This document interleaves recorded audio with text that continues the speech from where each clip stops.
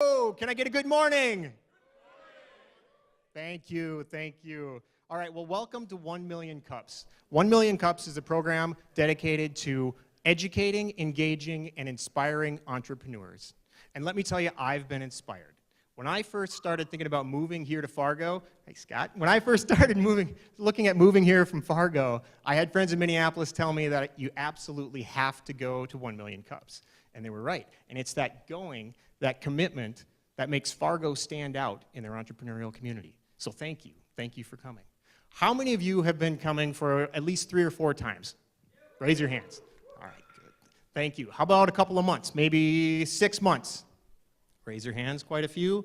And how many of you, so 1 Million Cups has been around for 5 years. How many of you have been coming for almost 5 years? For a good chunk of that. Maybe not all, oh, that's quite a few. All right, let's give them a round of applause. Everybody, round of applause. Thank you. And how many of you are here for your first time ever? All right, round of applause there too. Thank you. And it's you. You have to go back to the office and tell everybody how cool 1 Million Cups is and make sure that everybody stays excited about this great opportunity. Great opportunity to be a part of this community. At 1 Million Cups, we seek to cultivate culture. We want you to keep an open mind, and we want you to think about some engaging questions. We want you to listen to these presenters and give them a great time, and then ask them some good questions as well. So we hope that you enjoy it, and with that, I'll hand it over to our host, Brian. Thanks, Ted. My name is Brian Carroll. I am the third replacement. So Greg is the first one, Scott's the second one, and I'm the third one. So today I take my red shirt off, and I am officially part of the Million Cup crew. So let's kick it off with the announcements. We'll start first with Laura and Danelle with Lady Bosses.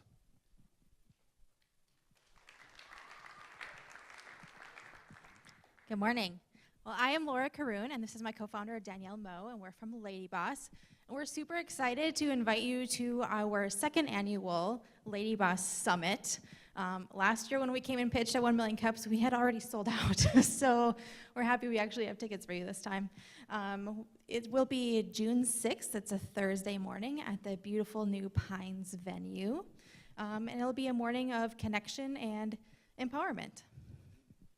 And then we wanted to let you know our Lady Boss speakers for the event. We have 7 speakers this year, one being Jacqueline Bussey, Ruth Buffalo, Ashley Morkin, Randy Kay, Faith Najiri, Ann Blackhurst, and Dana Delval. And we wanted to offer everyone in the audience a special discount code today. So for $20 off, you can use the code 1MC, and that's all caps. So send your teams, and we're also looking for business sponsorships. So if your business would like to be known for supporting women in our community, let us know. You can contact us. Thanks. Thank you. Then next up is Gina from the Emerging Prairie team for the Lunch and Learn.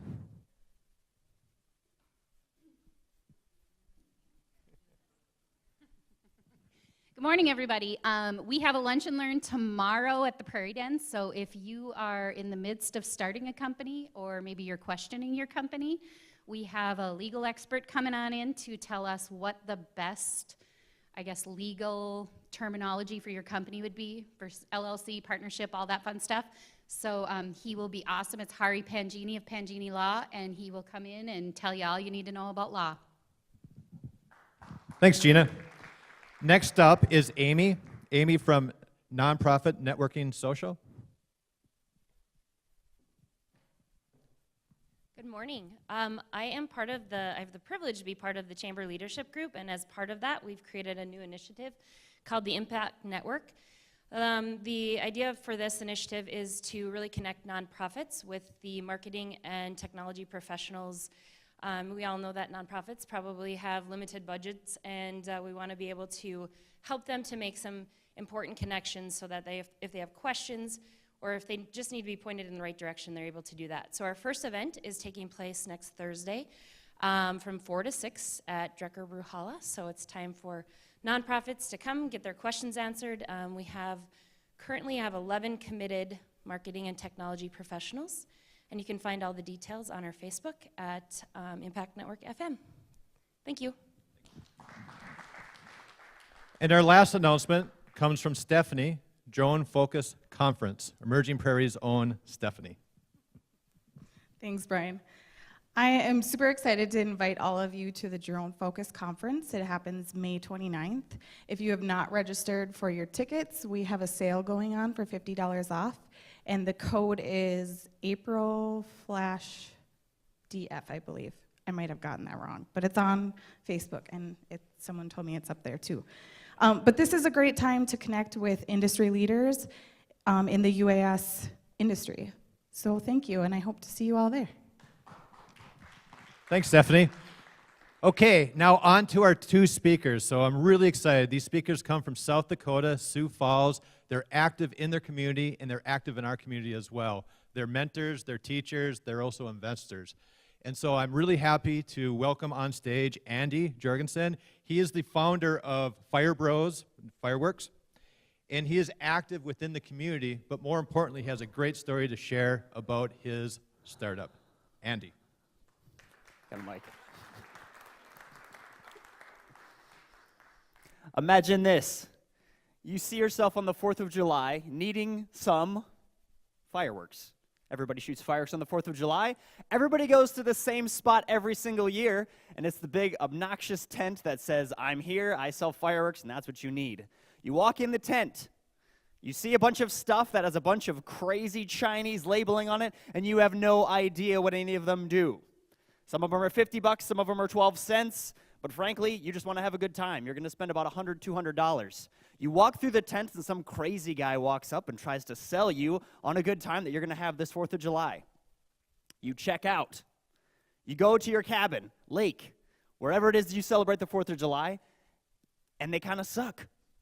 Or one was kind of awesome. But I really liked that one, but I don't remember what name that one was. Ooh, that one was cool. Write that one down. Nah, just watch it. All of them do different things. And so I thought to myself, as I was managing said tent, not that one specifically, but I was the crazy guy selling fireworks, showing videos on my phone of fireworks to every single one of my customers. They loved it, and they stuck it in their cart because they could see what they're spending their money on. Because if you're going to blow $200 on 30 seconds worth of entertainment, you might as well make sure that that entertainment is the bomb. No pun intended. So I started Fire Bros Fireworks 3 years ago, and the concept was, if we can't beat the big dogs in the big tents, then why don't we start with a different platform? Why don't we innovate the power of e-commerce into the fireworks industry? So here's how exactly we do that. We thought, why don't we build a website with videos of every single firework and what it does? That way you can see it. And what if instead of making you drive to the obnoxious tent with the crazy salesman, what if you could buy it online and pick it up in store? So there's one thing we need with that. We need to go through the fast logistics of all this stuff. And so we found a piece of land. I said, that's perfect. Not really. Looks really rough, but let's make it work for this first year. I just need a spot for people to pick stuff up and maybe have some store inventory in there. We got denied by the city committee, and I said, well, that's not good enough. I Googled the petition, and so I knocked on every single neighbor's door and said, would you mind a fireworks store here? They said, we wouldn't mind a fireworks store in this land at all. And so I appealed to the city council, and bam, we got it reversed. And so the city council reversed our decision. I said, great, I got a fireworks store, here we go. But wait, it's only 60 days to the legal season. You only have from June 27th to July 5th to sell fireworks every year. That's a really limited window. And we got to take this, falling off walls, and we got to turn it into a fireworks store. We got to deal with horse manure in a barn. And there's only one way to clean up horse manure, right? There's no e-commerce technology that's going to do this. You pick a shovel up, you brush it off, and then you start wheelbarrowing it out. And I said, I can't do all this stuff. I don't know how to fix that, and I do know how to scrape that up. So I did what any entrepreneur does. I just asked for help. I simply asked my community for help. I said, guys, I've got 60 days, and I really need help. And so we had a painting party. We had 30 people show up, and we painted the barn red. We had my buddy Mitch. He's a construction management guy, and he said, oh, that'll take us a day. And so Saturday, we fixed that. We had a cleaning party, and 6 of us scraped up horse manure off the bottom of a barn. My pastor and me stood out at midnight with a projector and stenciled the word boom into what is now termed as the boom barn. And we took all of our work and we turned it into this. We had a fireworks store. We had our first customer I don't remember what his name was, but he got the King of Kings, and I was ecstatic for it. And so, like any good entrepreneur, I went too far. I took the joys of this and said, I got a customer. We got not just one. That season was extremely successful. We had many customers. We had many online orders. We had a great success, but I said, I'm overzealous. Let's do it for everyone. So I started something, and I called it Pyrotech. It never made it outside of my brain in terms of the name, because we decided, why don't we help every single fireworks company in the nation with an online store? That'll be great. And so I went and got 3 customers besides myself, and on top of that, I had a second location because I saw a piece of land on the east side of Sioux Falls. I said, I gotta have it. But no, we're gonna do this. We're gonna help fireworks companies with their software. We're gonna be a cool tech company. Yes, we're gonna do that, and we're gonna have a second location. But here's the problem. Old firework dudes don't understand technology. And in order for you to have the website solution for them, you also have to have the traffic solution for them. You also have to teach them that. And if you're gonna run that and 2 stores, it's gonna be a mess. And also, when it rains in a fireworks tent, everything in the ground gets soaked. Specifically, if you're on a piece of unused farmland, that turns into a swamp.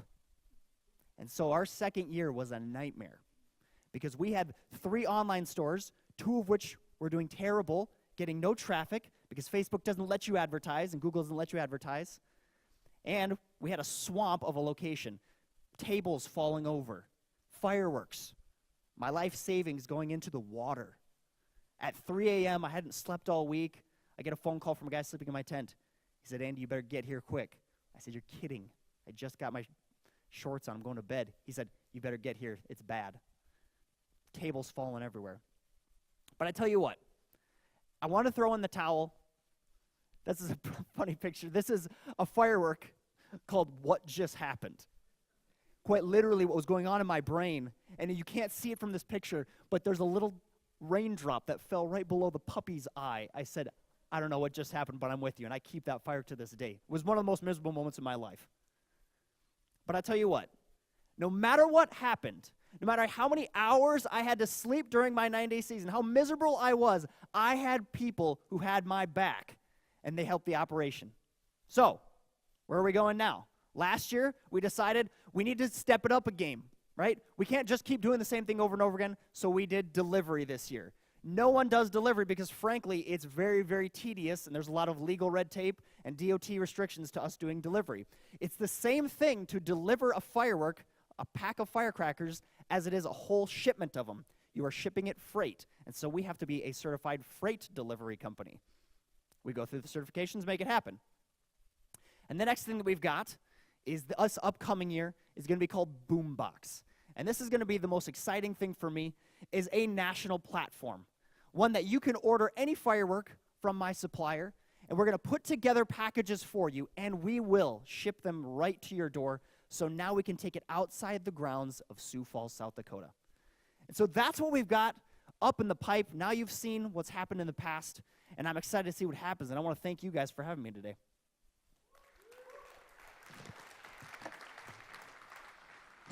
Thanks, Andy. Our second speaker, again from South Dakota, is Matt Paulson. He's the founder of MarketBeat. He's also a community organizer as well. He started Million Cups in Sioux Falls and created a whole bunch of different ecosystems that support the entrepreneurs. So it's my pleasure to introduce Matt Paulson. Thanks, Brian. Hey, guys. So that's me, my wife, and my kids. I have a 6-year-old and a 3-year-old at home. I'm a serial entrepreneur. I've done all sorts of different digital businesses. Had a press release business. I ran some personal finance blogs. I ran a golf media site. And the place I landed was on a financial media brand called MarketBeat. In addition to that, I don't want to say I'm the Greg Tavine of Sioux Falls, because nobody can be Greg Tavine. But we're starting a brand called Startup Sioux Falls, which is going to be our ecosystem organization in Sioux Falls. So that's a project. And then I was also involved with Falls Angel Fund that wrote a check to Jake, wherever he's sitting, and Peter as well, for their companies. So MarketBeat, it's a kind of a financial media brand. It's a newsletter, it's a website, it's an app. And our mission is to provide real-time financial information to investors at all levels. And basically what that means is we provide the information, the data. We don't play the hype game. We don't say, oh, here's the 10 best stocks to buy now. It's here's the data. You decide what you want to do with it. There are a lot of websites and newsletters. There's a big company called Agora that sells $300 million a year worth of newsletters, and it's all stock tips and recommendations. And I don't really believe that these newsletters can offer good recommendations over a very long period of time, so we don't do that. We provide news, we provide data, and we provide research tools. So the main way we do this is through our newsletter, and we have 941,000 people that received this newsletter this morning. It's all automated, so I didn't have to do anything, but people can go on our website, they'll type in their stocks, and then we send news about your stocks to you. So everybody gets a different newsletter based off the stocks they follow, and it happens all automatically now. We also have a big portfolio monitoring tool on our website called My Market Beat, so you can get some interesting information about your investments. You can one of the things you can do is you can compare the historical performance of your investment portfolio to the Dow or the S&P 500. You can track your ROI. You can kind of see your asset allocation. You can say, what is the risk of my portfolio relative to other market beat users? What's the PE ratio of my portfolio relative to other market beat users? We also have a lot of financial calendars, so if you want to see all of the companies that are going to be announcing their earnings today or just announced a dividend, you can do that. Lots of tools. We have stock screeners. I can't read that from here. Okay. Yeah, so how we get customers? If you go into Google Finance or Yahoo Finance, a good chunk of the articles come from websites that our company runs. So whenever a company announces their quarterly earnings, we can take the structured financial data from the earnings announcement and turn that into a human readable article using natural, or it's called NLP, it's like natural language processing. So it'll turn that data into an article, it'll publish it, Google will pick it up, Yahoo will pick it up, people read that article, or they find that article in Yahoo Finance, they click through, they read the article, they opt into our newsletter, and then they start getting our newsletter, they click on ads, maybe they sign up for a premium subscription, and then we make money. We're also in a lot of the so we're in a lot of the vertical search engines, the Yahoo Finance, Google Finance, and then there is a lot of social media referral traffic that we get. So a lot of Twitter traffic, a lot of StockTwits, which is a social network for stocks, and we also buy a lot of ads. We have a $100,000 a month advertising budget that we spend to acquire email signups. So when you're buying leads for $3 a pop to the tune of $100,000 a month, it's really easy to grow your email list. So if you were to go out to Forbes.com, sign up for their email list, on the very next page there'll probably be an ad for MarketBeat where you can check a box and say, yes, I want MarketBeat too. I pay $3 for that lead. I get somebody to sign up for my email list, and hopefully I'll make $8 or $9 from them over the course of a couple years. Our audience is exactly who you'd expect. It's primarily older, it's primarily male, and it's primarily higher income. People that are interested in investing in news and in finance, so people like my dad is really our audience. And that really wasn't the audience that we were initially targeting, but that's who showed up, so that's who our customer is. So we have a freemium business model. So we're basically a newspaper. So there's a subscription side and then an advertising side. So you can either not pay us and get a free newsletter. You can pay us $20 a month, or you can pay us $40 a month. Then as you pay us more money, you get more features and more stuff. We also have lots of advertising on our website. So we have display ads on our website. We have ads in our email newsletter. People will pay us to send an email for them. So the Wall Street Journal wants more subscribers. They say, oh, hey, Matt's got all these financial subscribers. Maybe we can get some of them to subscribe to the Wall Street Journal. Hey, Matt, will you send this email for us? We'll pay you to do it. And then I say, yes, of course I'll take your money. I like money. I want more money. So they'll give me the email copy. We'll send it out. Our subscribers open it. Some of them will subscribe. Wall Street Journal makes money. I make money. They get more subscribers. People get the Wall Street Journal. Everybody's happy. We have some business has gone very well for us. You see some of the numbers up there. We did $6.1 million last year, and we did it with 6 people, which is pretty uncommon. Right now we have about 941,000 people that get our mailing list. We get 60-ish million page views a year on our website, and we operated on a 72% profit margin last year, and I think we'll hit 9 million this year. Inc. 5,000 the last 3 years. So that's me. If you want to stay in touch, that's my personal blog, that's my email, and Facebook and LinkedIn as well. Thanks. Thanks, Matt.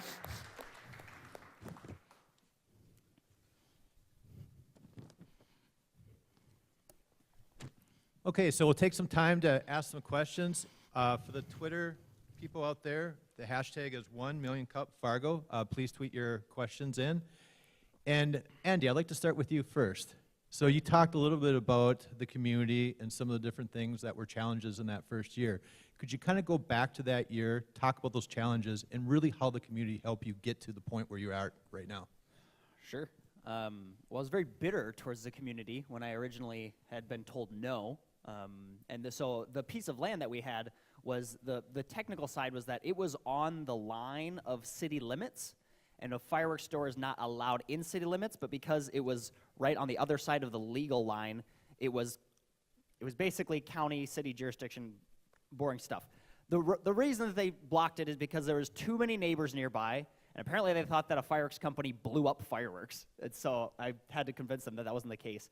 But also they thought that the county or the city was going to grow over our property, and we would be this legally exempt island of a fireworks store that was in city limits. They said, we're not going to do that. And so they told me that there was a 95% chance that they were going to keep denying it, and I should just give up, try a different business, or find a different location.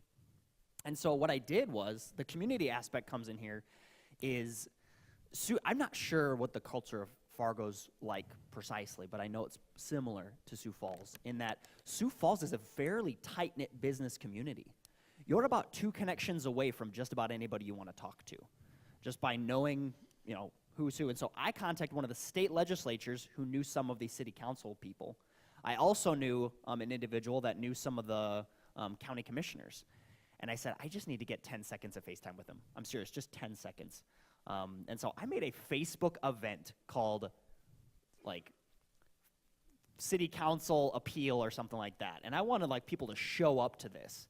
Because that's, to me, if I watch, all the grassroots stuff, it's like citizens of Sioux Falls are coming and stuff like that. And so I presented in front of City Council, and they unanimously overturned it. After seeing that I had petitioned, they didn't care. I had a 5% chance of success. They didn't care if they had 5% chance. They saw that somebody, I was a young guy still at the time, and I was knocking on doors in February trying to get these signatures, and the whole city council completely overturned the previous decision. And so, I don't know, it was just the legislators were supportive, commissioners were supportive, and then people showed up to help. So it's great. Matt, your question. So last year, you added staff to your team. Yeah. You've built an incredible company. Now you're getting larger. Talk a little bit about the decision that went into it and some of the impacts that's had for you in your organization. Yeah, so was it October, November, we were at the Emerging Prairie Founders Retreat over in wherever in Minnesota it's at, and my phone wouldn't stop buzzing, and it would just bug the crap out of me, and I had to deal with it because there was nobody else to deal with it. I had 4 people at the time, and it's well, I can never go on vacation because if I'm at home and I'm working, no problems at all. But if I'm not, and just stuff hits the rails, and I gotta pull up my laptop and fix stuff. It's this has got to change, because otherwise I'm never gonna be able to take a vacation again. So I kind of, when I was at the Founders Retreat, it's I gotta hire some people, and I told people that, and about a month or so later, I had an opportunity to hire 2 very senior people, not inexpensive hires. But I basically doubled payroll overnight. But in doing that, I was able to get a lot of leverage. I now have a very senior developer that can write all sorts of crazy code, and I've got a kind of a senior business development operations person that can deal with a lot of the stuff that I used to deal with. And now I can be here today or wherever, and not really have to worry about whether or not something's going terribly wrong, because other people are worrying about it for me. Great. Let's turn it over to the crowd. So I think we have 2 mic runners. It looks like up there, Peter, your first question? Yeah, so it's interesting to hear the juxtaposition between you two, because Matt, you have a really well-established customer acquisition strategy with lots of partners, and then Andy, you're talking about how Facebook and Google doesn't even let you advertise. Peter, where are you at? Yeah, I'm up here, stage right. There you go. So maybe Andy, if you could talk more about how you plan to acquire customers with your new delivery platform and how you've overcome those challenges. Yeah, so that's been the question for the past 2 years. The trick is that we get 9 days to try out every marketing strategy, and so we don't get a split test. We don't get to do any of that awesome stuff that I've learned, spent 3 years learning about. We have 9 days to try everything we do. So last year, I'll tell you what we have tried, and then kind of what I'm thinking now. We partnered with 8 different businesses for joint venture. And so we partnered with a bunch of boutiques. We partnered with an ice cream shop. And it was like, you buy Fire Bros, you get $5 in free ice cream and that sort of thing. It kind of works if your audience matches up. The next market question is like, what's the market of fireworks? Quick, raise your hand if you buy fireworks. Technically, you're my market, right? But in marketing, the wrong answer is everyone's my market, right? That's actually the worst answer, is everyone's my market. But in reality, Americans typically buy fireworks. So it's a very fuzzy line. I do need to niche down. The best strategy that I think we're going to have this year is still continuing to funnel out a process from Facebook ad or any sort of advertising into a questionnaire format. How much money do you want to spend? Are you in town or out of town? Do you have kids? Do you not? Do you want things to go up in the air? Do you like this big boom? And then it filters you like a quiz, like a princess quiz, and it gives you a package at the end. And then, so we want it to be a 30-second buy. Answer, answer, answer. There's your package. Upsell, upsell, purchase at your door. So that's the goal of that. Traffic's still a bit tricky, but I'll let you know when I figure that answer. Another question? This is for Matt. I got 2 questions for you. Brian Cronk here. Thank you both for coming up, by the way. Really appreciate that. I'm thinking about your stock website and all the things that you have on there. And just hearing you talk about it, it sounds great, but it sounds very similar to a dozen other names or websites I could name. So how have you been able to differentiate and how you've been able to get that sort of success and numbers with all these other people who sound similar? Yeah, there are a lot of financial websites. We have a lot of competitors. People will even like confuse brands. So they'll like email us thinking they're emailing MarketWatch or a similar name, which is a problem in our industry. The reason we've been able to be successful is that I can acquire an email sign up for cheaper than anybody else. Industry-wide, the acquisition cost on average is about $6, and our average acquisition cost is about $1. And that's because we get so many organic email sign-ups from people reading news stories on our website. So that's allowed me to just do more with less. That's interesting. I think that's great. And then you're doing it with 6 people. That's the other astounding thing. I mean, I see companies in similar industries or in that industry, but different subject matter, and they need to scale employees much faster than that. So how are you doing that? Yeah. I've kind of designed the company in such a way where I never have to be in an office and I don't have to be managing a lot of people. And there are just some things that we don't do that are kind of people intensive and probably things that are costing us money, like we don't do phone support because then I would need to have somebody manning the phone 8 to 5 every day. So we don't do that. We don't write any of our own content. We pay for the AP financial news feed, so we don't have writers writing on a homepage or MarketBeat.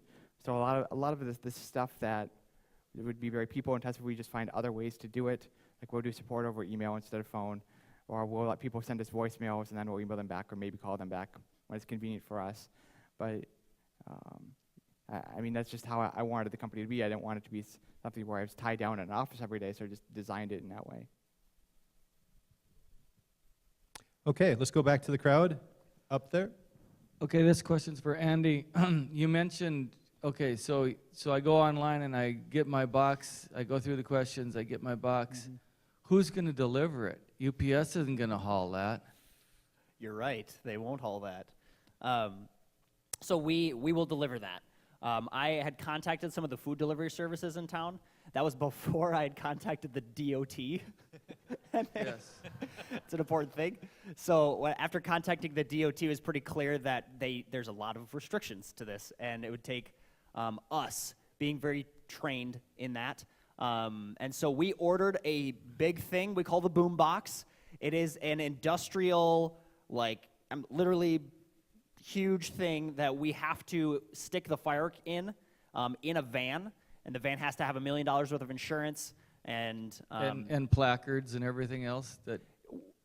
I mean, if we're gonna get the nitty gritty, we're under 1,000 pounds of fireworks. We're under a certain level, so we don't have as many restrictions, but we still have some of that red tape to get through. And the first and foremost is you have to box. Even if I delivered a pack of firecrackers to all of you guys, it would have to be pick-packed and taped and labeled and like hazmat sticker and all that kind of stuff. So this is a fun story. I was at the National Fireworks Convention, which is, I told this to the students yesterday, it's just drink whiskey and watch things blow up. I hated it at first because I'm like, I didn't learn anything here. And I'm like, no, that's the point. Just enjoy it. Just love this. I sat on a plane next to a guy from the DOT, just accidentally. So what do you do? He's like, I work for the DOT. I was like, really?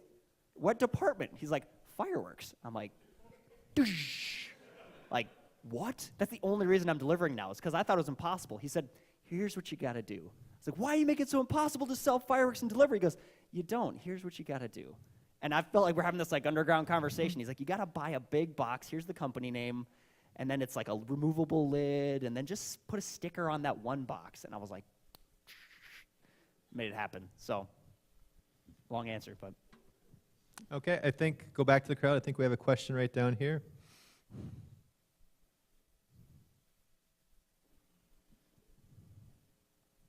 Hi, I'm Nicole. Thanks for making the trip up. I'm interested to know what kind of tech you use to get, especially Matt. That's a lot of stuff, a lot of traffic, and interested to know what your web platform is, what your email platform, what you use to automate, and if you had to make changes to any of that as you grew, and also, what kind of e-commerce do you use to sell fireworks? I'd like to know that too. Sure. Yeah. So it's out of our 6 people, 4 of them are programmers. So it's so for infrastructure or hosting is through Liquid Web. Our email service provider is SendGrid. Everything else is basically custom code that I started building 10 years ago, and I've got a couple other people that have writing on a code base now. But everybody gets a different version of the newsletter, so I can't just sign up for MailChimp and send out the newsletter because everybody gets a different one. Yeah. Shopify. Matt, I got a question for you. So as an investor coming into different communities, what are some of the attributes that you're looking at to kind of help with potential entrepreneurs, especially when you see them from a pitch perspective? Yeah. If you could provide a little bit of a perspective and some tips of the trade. Yep. Yeah, so we started our angel fund like 3.5 years ago. We just wrote our last check. We're working on the next fund already. So we've heard a lot of pitches. We hear a couple pitches every couple months. Some people don't even make it to the pitch phase. But I think one of the keys is really like knowing when you're ready to go find an investor. A lot of people will approach investors a little bit too early. And you really need to kind of have your business model sussed out. You really probably need to have a first and second customer so that you can kind of prove that you've sold something to somebody. And then once you've kind of shown that once or twice, that's kind of the time to go out and raise some growth capital to get take your business to the next level. Really, the 3 things I look for in people looking for money is, 1, who is the person? What is their character? What is their work ethic? Do we think they can pull it off? 2, what traction do they have? Do they have any customers? What signs of life does the business have? And then 3, what's the scalability of the business? Is this a local fireworks store that, as good of a business as it is, it's probably never going to be a national thing? Or is it going to be or is this going to be the McDonald's of fireworks that is going to go nationwide and just blow up the industry? We're friends. We're friends. Okay, we're going to go to Twitter here, and this is a question that's come in for you, Matt. How is your website different than similar sounding websites? On average, it costs $1 in comparison to the average cost of $6. Yeah. So our website has a lot of the same tools. I think our tool is a little bit better, but yeah, you're not going to find a whole lot of something amazing on MarketBeat that you're not going to find on other financial news sites. I mean, they're all pretty much the same. A lot of them have the same features. I do think our tool is a little bit better, so there's that, but not 10 times better. I mean, really, our secret sauce in the business is our marketing and our customer acquisition. We just have so many people reading our articles because we've been able to tie into Yahoo Finance and Google Finance and all these other places that we can get a lot of people reading our articles. And of course, there's email opt-in forms on them, so we don't pay for those opt-ins, but we do pay for, other people have to buy all of their email signups, but we don't, so that really lowers our acquisition cost. Okay, it looks like we have another question in the front row. Thank you for coming out here. And I have read a lot of your articles through MarketWatch, but I told you that's a problem. People get our names so all the time. Yahoo Finance and these companies already have clients. What was the first year challenges you had to face to come in the market and put your mark out there? Share your first year of challenges, like as you were fixing different things and bringing out these articles to get customers and subscribers involved and come to your page. Like, how did you share the generic sign up? Yeah, it was a very iterative process. MarketBeat, the company, actually started out as a personal finance blog in 2006. So I had a blogger.com blog, and I was writing about all the stuff Dave Ramsey talks about. And I got people to buy ads on my blog. Like Mint.com bought an ad on my personal finance blog, and a lot of other people would just pay to buy a link on my blog, and it's like, oh, people are paying for ad space. I just need 5 of these blogs, and then I'll make $100,000 a year, and that's what I did, and it was great. But it really kind of stalled out there, and kind of by accident, I'd written an article about Citibank during the recession, and at the time everybody was wondering if all the big banks were still going to be around. So just there was one Citibank article, and like 5,000 people read the article, and I thought, oh, what's going on here? And I kind of figured out you could write about stocks, specifically bank stocks, and get a lot of people to read the articles, because I figured out how to tie into Google Finance, and it's like, oh, Yahoo Finance is here, MSN Money is here, all these other vertical search engines. We were able to get our content indexed into them. So then when we published and tag like the name of a publicly traded company, you can get your story indexed in there, and then people find it really easily. And then it was just a matter of kind of scaling up from that point. So going from posting, maybe 5 articles a day to hundreds. Okay, I think we got time for 2 more questions. We'll take the one right up there. Thanks, guys. Matt, I'm curious how you deal with churn, what a churn rate looks like for you, and how you make sure that you avoid it. Yeah. And then, Andy, is it possible for people to order before the end of June and then just ship on that date? Is that something you can look at in terms of like batching orders and then just starting on the legal day? Pre-orders, yeah. Yeah, you go first. Okay. I thought of that, and we've had conversations about that the first. So legally, you can't offer for sale a firework. I've learned about the state legislation is they don't always understand why they wrote laws the way they wrote it. And so I actually asked the state legislative research department what that means, and they said, we don't have an exact definition on what offer for sale is, but we assume that means giving it to someone for sale. I'm like, I think that's what I would imagine. So pre-sale would mean, am I offering it for sale, or am I offering credit for sale? Am I transacting money? Is that when the sale happens, or is it when I give them the physical product? Now, here's the standard that I'm going to use, and it's not South Dakota standard. It's the world. It's Amazon. When you make a purchase on Amazon, this is where I'm sticking my legal boots without my lawyer, is when I make a purchase on Amazon, I made a purchase right then and there. It stamps it with transaction. Whenever it comes to my door is not when I purchased it. And so I'm going to hold off on offering fireworks for sale before then. However, that's not to say that we couldn't do some form of gift card. People love these T-shirts. They were like, hey, buy a T-shirt and get your fireworks for free. Yeah, buy a T-shirt, get a sweet thing. Here's the trick, though. You guys could probably attest to this. No one cares about fireworks until June 30th, like July 1st. No one. So me marketing fireworks, even the start of my season's like, yeah, I'll get to you. Yeah, I'll get to you. So, like, there's market restrictions to this, too. It's like, hey, pre-order your fireworks. And they're like, why? I'm like, I don't know. Because I want you to.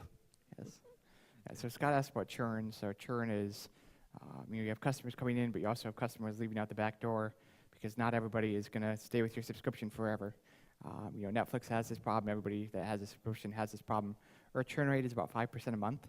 So of our 5,800 premium customers, you know, almost 300 of them are going to unsubscribe every month. And you know, there are a few ways we've kind of combated that. One is that you know, when somebody wants to unsubscribe, we will offer them like a free month. Lots of companies do that, and that'll get people to stay around.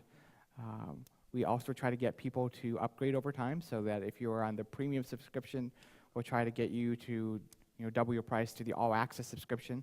So even though Andy's not paying us $20 a month anymore, you know, Brian went from paying $20 a month to $40 a month, so it's kind of a net even. We also give people a discount the first year, but the discount is only good for the first year if they sign up for a marketing thing. So we might have a Black Friday sale, and instead of, you know, sign up for $100 for the first year, but then after that, you know, it's the normal $200.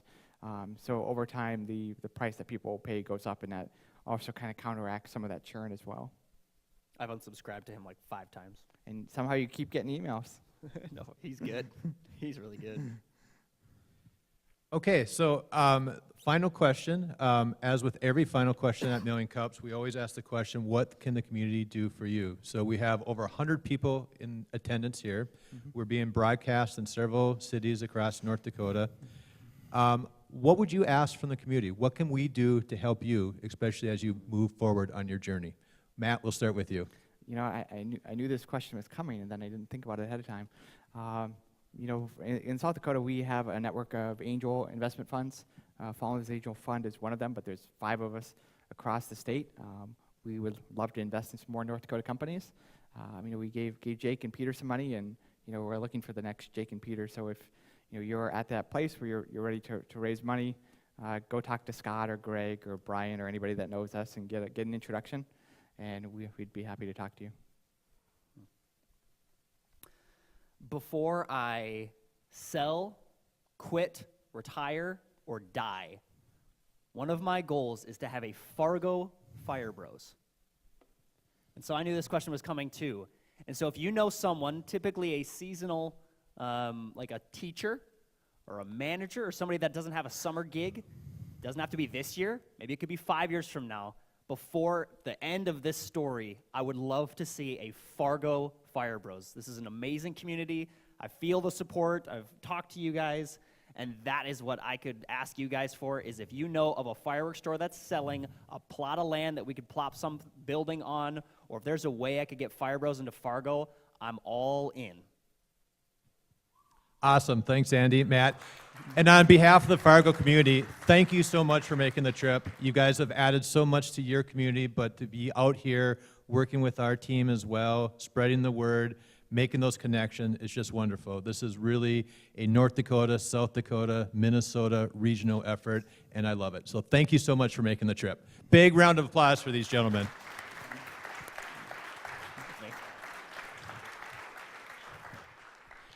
Okay, so as we wrap up, want to make sure that we thank our volunteers. So our mic runners that are out there, thank you so much. The Emerging Prairie team, Darby for excellent work, Gina up there, Stephanie as well, and then also I see Nancy in the front row as well, so that's awesome. Also, our live tweeter, Taylor, doing a great job with that. And so on behalf of the volunteers, thank you.